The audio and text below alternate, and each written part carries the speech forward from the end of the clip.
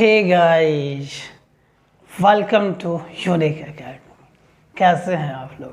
आज का सेशन होने वाला है जी, काफ़ी इंपॉर्टेंट है राज्य के सप्तांग सिद्धांत को लेकर। राज्य के सप्तांग सिद्धांत, ठीक है जी। 7 limbs of state, 7 limbs of state. राज्य के सप्तांग सिद्धांत क्या क्या है जी? 7 लिम्स ऑफ स्टेट क्या क्या है, इसको लेकर बात करते हैं। सुनिए ध्यान से। क्या है जी आपका? फर्स्ट नंबर पे क्या है जी? राज्य। फर्स्ट नंबर पे क्या है जी? राज्य। सेकेंड नंबर पे क्या है जी? अमत्य। क्या है जी आपका? अमत्य। सेकेंड नंबर पे क्या है जी? अमत्य। थर्ड नंबर पे क्या है जी? दंड। थर्ड नंबर पे क्या है जी आपका? दंड। फोर्थ नंबर पे क्या है जी? फोर्थ नंबर पे क्या है जी? फोर्थ नंबर पे है दुर्ग। क्या है जी आपका? दुर्ग। फोर्थ नंबर पे क्या है जी? दुर्ग। फिफ्थ नंबर पे क्या है जी? फिफ्थ नंबर पे है जी आपका कोस। क्या है जी आपका? कोस। सिक्स नंबर पे क्या है जी? सिक्स नंबर पे है जनपद। क्या है जी आपका? जनपद। 7 नंबर पे क्या है जी? मित्र।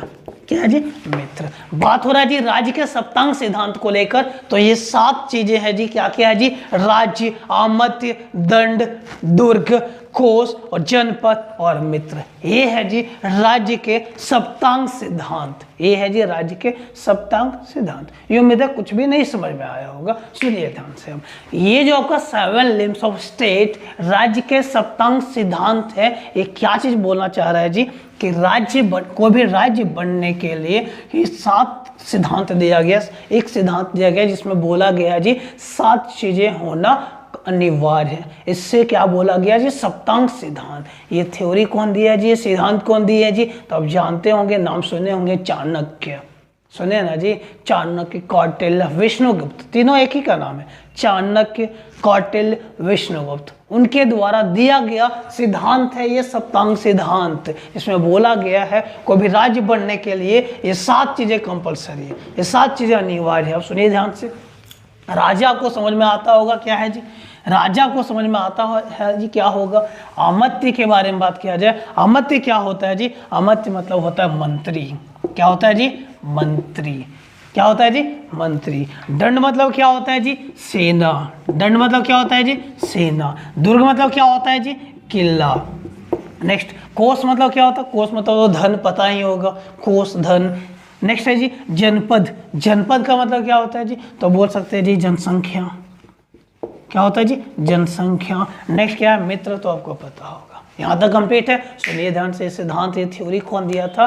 ये थ्योरी दिया था जी आपका कौटिल्य के द्वारा। किस में लिखा गया है ये सिद्धांत? अर्थशास्त्र में लिखा गया। कौटिल्य के द्वारा लिखा गया एक प्रसिद्ध बुक है जी, प्रसिद्ध पुस्तक है जी। नाम सुने होंगे, अर्थशास्त्र। क्या नाम है जी? अर्थशास्त्र। अर्थशास्त्र कौन लिखे है जी? विष्णुगुप्त कौटिल्य। किसके शासनकाल का उसमें विवरण है जी? आपका मौर्य वंश का। कौन सा वंश का? मौर्य वंश का। प्राचीन भारत के मौर्य वंश से जो आपका मगध वाले क्षेत्र, बिहार वाले क्षेत्र में आपका एक डायनेस्टी हुआ करता था, मौर्य डायनेस्टी। उसके शासक हुआ करते थे जी आपका चंद्रगुप्त मौर्य। चंद्रगुप्त मौर्य, उनके दरबार में हुआ करते थे कौन? आपका कौटिल्य। कौन हुआ करते थे?